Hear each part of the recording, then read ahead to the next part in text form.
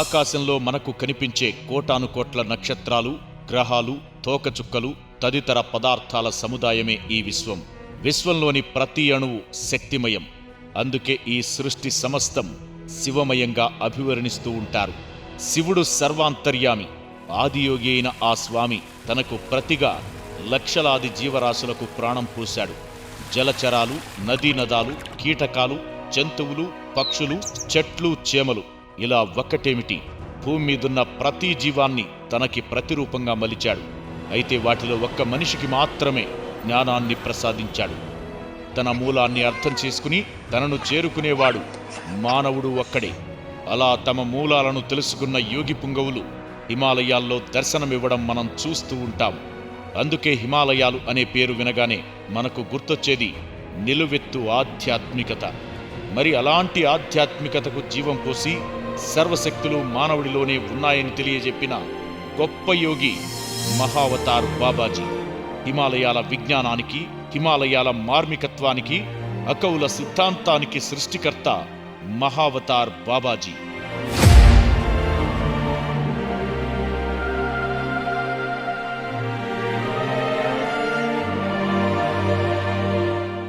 హిమాలయాల్లో ఎవరెస్ట్ శిఖరం ఎంత గొప్పగా చెప్పుకుంటామో, హిమాలయాల్లో ఒకానొక ఆధ్యాత్మికతకి నిలువెత్తు నిదర్శనము మహా అవతార్ బాబాజీ.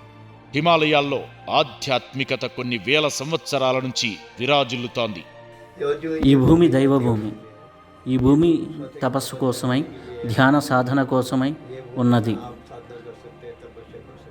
ఇక్కడ ఈశ్వర సాక్షాత్కారం అనేది సులభంగా పొందవచ్చును. We had a very nice experience. We've been in the Himalayas for about 10 days now, and it's very peaceful, and the energy here is very strong. I could feel when we came here the presence of Babaji very much. నీకు కావలసింది ఎక్కడా బయటలేదు. నీకు కావలసింది సకలము, సర్వము నీలోనే దాగి ఉన్నాయి. అందువల్ల నీలోకి నువ్వు ప్రవేశించాలి, అంతర్యాణం చెయ్యాలి.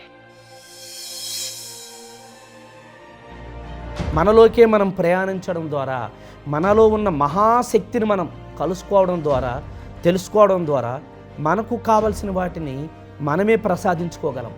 ఇలాంటివో వైవిధ్యమైన ఆధ్యాత్మిక కోణాన్ని ప్రపంచానికి చూపించడానికి విచ్చేసిన మహాయోగి మహావతార్ బాబాజీ.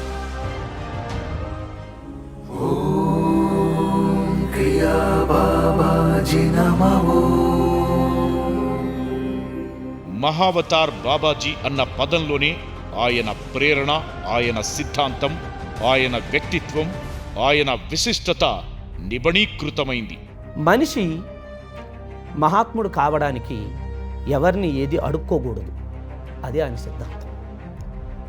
మహాత్ముడు కావాలి, కానీ తన సాధనతో తను మహాత్ముడు కావాలి. తనలోనే అన్నీ ఉన్నాయి. తన అంతరంగ ప్రయాణం ద్వారా, తన అంతర్దర్శనం ద్వారా, కేవలం సాధన సంపత్తి ద్వారా ప్రతి మనిషి ఒక అవతార్ అవుతాడు. ఆ తర్వాత మహావతారగా రూపాంతరం చెందుతాడు అన్నదే మహావతార్ తాలూకా మూల సిద్ధాంతం. మనకు వరాలు ప్రసాదించిన వారికి తిరిగి ముడుపులు చెల్లించడం అనే ఒక వ్యాపార సానుకూల దృక్పథంలోకి మానవుడు వెళ్ళిపోయినటువంటి పరిస్థితుల్లో మహావతార్ బాబాజీ ఓ గొప్ప ఆధ్యాత్మిక శక్తిని చూపించారు. అది ఆచరించడానికి బాబాజీకి పట్టిన సమయం 10,000 సంవత్సరాలకు పైమాటే. హిమాలయాల్లో ఉన్న ద్రోణాగిరి ఓ అద్భుతమైన సుందర ప్రదేశం.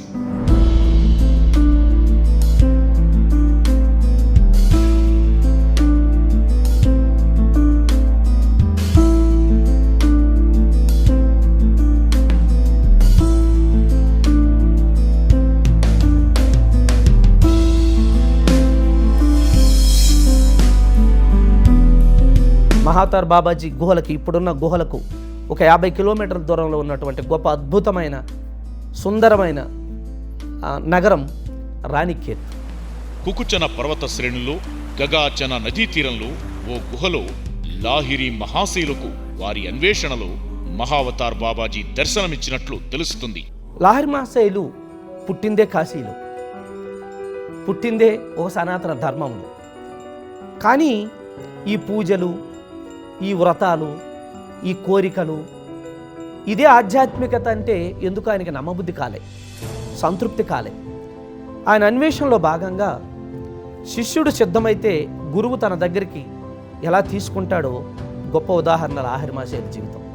తనకు కాని ట్రాన్స్ఫర్ ఎవరిదో తనకొస్తే, హిమాలయాలకు వచ్చాను కదా, ఇక్కడైనా వెతుకుతాను, ఏ యోగి అయినా ఏ మహాత్ముడైనా నాకేమైనా సందేశం ఇస్తాడేమో, నా తపన నా ఆర్తి తీరుస్తాడేమో అని ఆయన ప్రయాణం చేసినప్పుడు, ఆ ప్రయాణంలో ఆ గగాచన నదీ దగ్గర కుకూచన పర్వత శ్రేణుల్లో ఏమైనా నా గురించైనా వెతుకుతున్నావు అన్న పదం వినబడి అలా వెనక్కి చూసి నన్ను, నా ఆర్తిని, నా తపనని తెలుసుకున్నటువంటి ఓ మహా అవతార్ బాబాజీ అని మొట్టమొదటిగా ఆయన పిలిచినటువంటి పేరే మహా అవతార్ బాబాజీ.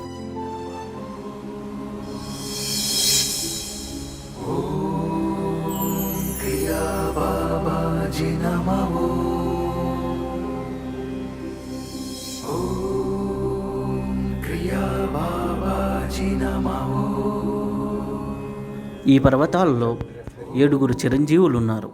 మహా అవతార్ బాబాజీ 8వ వారు. మనకు తెలియని సిద్ధులు ఎందరో ఉన్నారు.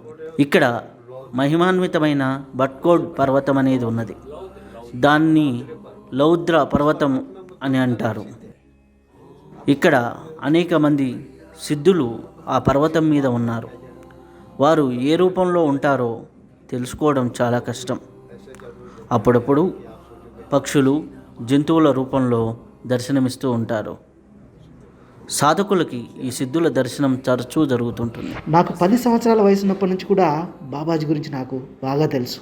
మా నాన్నగారు, మరి మా తాతగారు కూడా బాబాజీని దర్శించుకున్నారు, వారికి సేవలు కూడా చేశారు.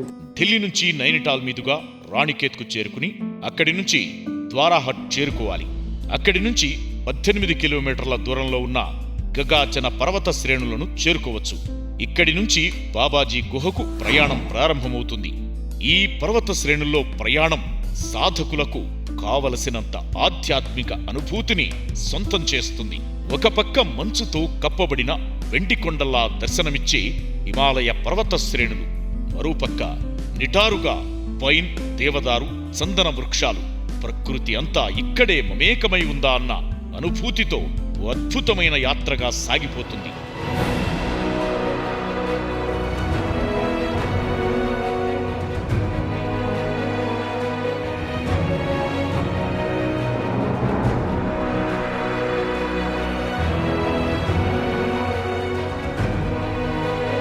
హిమాలయ పహాడీ దేవత ద్రోణాగిరి పర్వత సానువులను అధిరోహిస్తున్నప్పుడు కలిగే అనుభూతి వర్ణనాతీతం.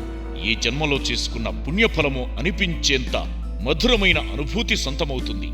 ఈ అనుభూతులను అలా నెమరు వేసుకుంటూనే జన్మల నుంచి తప్పిస్తున్న అన్వేషణ సఫలం అవుతుందన్న అనుభూతి శరీరాన్ని ఓ పక్క నిలవనీయదు. కనీసం 2 అడుగులు వేయలేని వారు సైతం ఏదో అదృశ్య శక్తి ఆవహించినట్లు ఆనందంగా పర్వత శ్రేణులను అధిరోహించడం ఆశ్చర్యాన్ని కలిగిస్తుంది. సహజమైన జలధారల సుస్వరాలతో, రంగురంగుల సీతాకోక చిలుకలతో, పూల వనాలతో, ఆ వనాలు అందించే మధురమైన భావనలతో ఆనందంగా ఈ యాత్ర సాగుతుంది. లాహిరి మహాశైలకు మహావతార్ బాబాజీ సాక్షాత్తు సశరీరంతో దర్శన భాగ్యం కల్పించిన శక్తి తరంగాలు అడుగడుగునా ప్రజ్వరిల్లుతున్న ప్రదేశమే కుకూచన పర్వతం. ఈ పర్వతం మీదున్న అపూర్వ సన్నిధే బాబాజీ గుహ.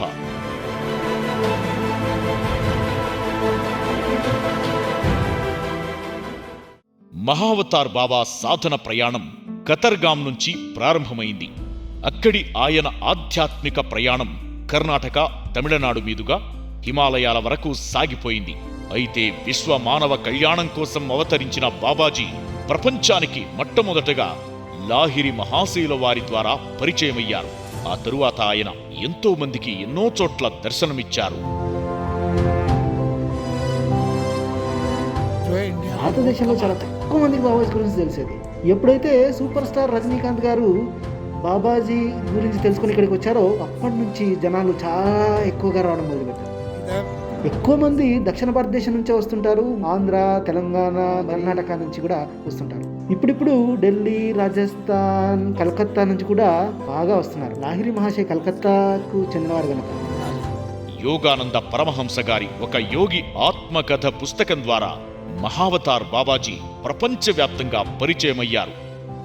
ఈ గుహకు తొలి రోజుల్లో ఒక యోగి ఆత్మకథ యోగానంద పరమహంస ద్వారా ప్రేరణ పొందినటువంటి యోగద సత్సంగ్ సొసైటీ సభ్యులందరూ వాళ్ళు ఖచ్చితంగా వాళ్ళ జీవితకాలంలో ఒక్కసారైనా ఆ గుహకు వెళ్ళాలి. తొలి రోజుల్లో వాళ్ళు మాత్రమే వెళ్ళేవాళ్ళు. ఏ నెలకో 2 నెలలకో ఒక్కొక్కరు వెళ్తే ఎక్కువ.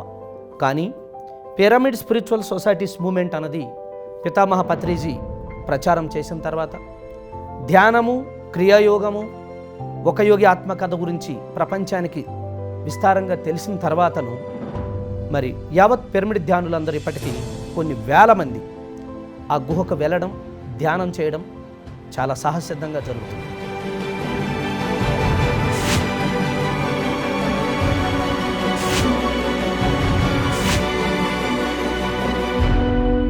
ఓ అనిర్వచనీయమైన అద్భుత అనుభూతులను సొంతం చేసే ఈ గుహ ప్రాంతం ఓ అవ్యక్తమైన మానసికానందాన్ని సొంతం చేస్తుంది. అద్భుతమైన హిమాలయాలు ఒక పక్క, మంచు పర్వతాల సందర్శనంతో, సకల పుష్పాల సుగంధాలతో, మాలికలతో ఎంతో ఆహ్లాదకరంగా, శక్తివంతంగా ఉన్న ఈ ప్రదేశాన్ని ఇప్పటి వరకు కొన్ని లక్షల మంది సందర్శించి అనేక అనుభవాలు పొందారు. కౌసాని పర్వత శ్రేణులు ఒకవైపు, సిద్ధయోగులందరూ కలిసే ప్రదేశమైనటువంటి సిద్ధపీఠానికి అతి సమీపంలో ద్రోణుడు, కృపాచార్యుడు, ఎంతోమంది గొప్ప ధ్యాన యోగులు పుట్టినిల్లైనటువంటి సంజీవిని పర్వతానికి అతి సమీపంలో, సహజ సౌందర్యానికి నిలయమైనటువంటి రాణీకేత్ పర్వతాల సమూహంలో, అటు గగాచన, ఇటు కుకూచన పర్వత శ్రేణుల మధ్యన ఉన్నటువంటి ఆ అద్భుతమైనటువంటి కేవ్ సాధకులకు స్వర్గధామం అని చెప్పవచ్చు.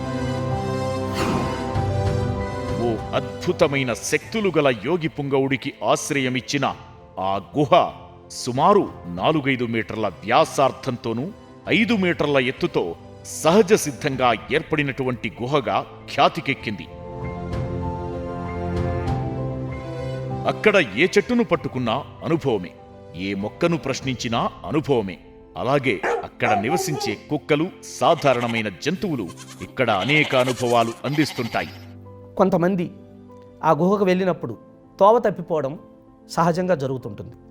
కానీ ఏ మనిషో వచ్చి గుహ ఎక్కడుందో చెప్పి వాళ్ళకి సహాయం చేస్తాడు. ఆ మనిషి ఎవరంటే మహావతార్ బాబాజీ. ఒక కుక్క రూపంలో వచ్చి ఆ కుక్క గుహ వరకు తీసుకొచ్చి వెళ్ళిపోతుంది. ఆ కుక్క ఎవరో కాదు, మహావతార్ బాబాజీ. సాధకుడు సాధన సంపత్తిని బట్టి, అవగాహనను బట్టి హిమాలయాల్లో ప్రమాణాలే అనుభవాలు. ఆ ప్రమాణాన్ని మనం అర్థం చేసుకుంటే మనకు సందేశం వస్తుంటుంది. ధ్యాన సాధన చేసుకునే వారెందరో తామెవరమో తెలుసుకోవాలని అక్కడకు వచ్చి ఆత్మజ్ఞానాన్ని పొంది అక్కడ అనేక అనుభవాలు చవిచూశారు.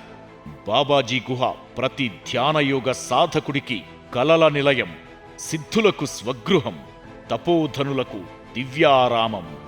గుహలో ధ్యానం, ఆత్మలో లీనం, సమయానికి, కాలానికి, రూపానికి, శబ్దానికి అతీతమైన స్థితిలో గాఢ ధ్యానముద్రలో ఆత్మ ప్రణమిల్లుతుంది. ఈ క్రమంలో జన్మ పరంపరలో మనం ఉన్న స్థితి నుంచి ఉన్నత స్థితికి చేసే ప్రయాణంగా తోస్తుంది. క్రియయోగం ద్వారా అన్ని పనుల్లోనూ పరిపూర్ణత సాధిస్తాడని చెప్పిన యోగి పుంగవుడు మహావతార్ బాబాజీ. వారు ఈ మానవాళికి అందించినటువంటి సందేశం క్రియాయోగం. ఇందులో 2 పదాలు ఉన్నాయి, క్రియ, యోగం. క్రియ అంటే పని, యోగం అంటే కలయిక, కలిసి ఉండడం. మనం చేస్తున్న పనితో మనం కలిసి ఉంటే దాని పేరు క్రియాయోగం. అయితే మనకు తెలిసినా తెలియకపోయినా మనల్ని వదలకుండా మనతో ఉండేదే శ్వాసక్రియ. కనుక శ్వాసతో కలిసి ఉండే క్రియే క్రియాయోగం. ఈ అద్భుత ప్రక్రియ ఎన్నో అద్భుతాలనిస్తుంది. ఈ సింబల్లో ఒక గొప్ప నిగూఢ అర్థము చక్కగా ఉంది. ఈ వేలు శరీరం అయితే, ఈ వేలు మనసు అయితే, ఈ వేలు బుద్ధి అయితే, ఈ వేలు ఆత్మ అయితే, ఈ వేలు సర్వాత్మ అవుతుంది. ఈ 2 వేలు ఇలా మడత పెట్టి ఈ వేలుతో కప్పబడి ఉంటుంది.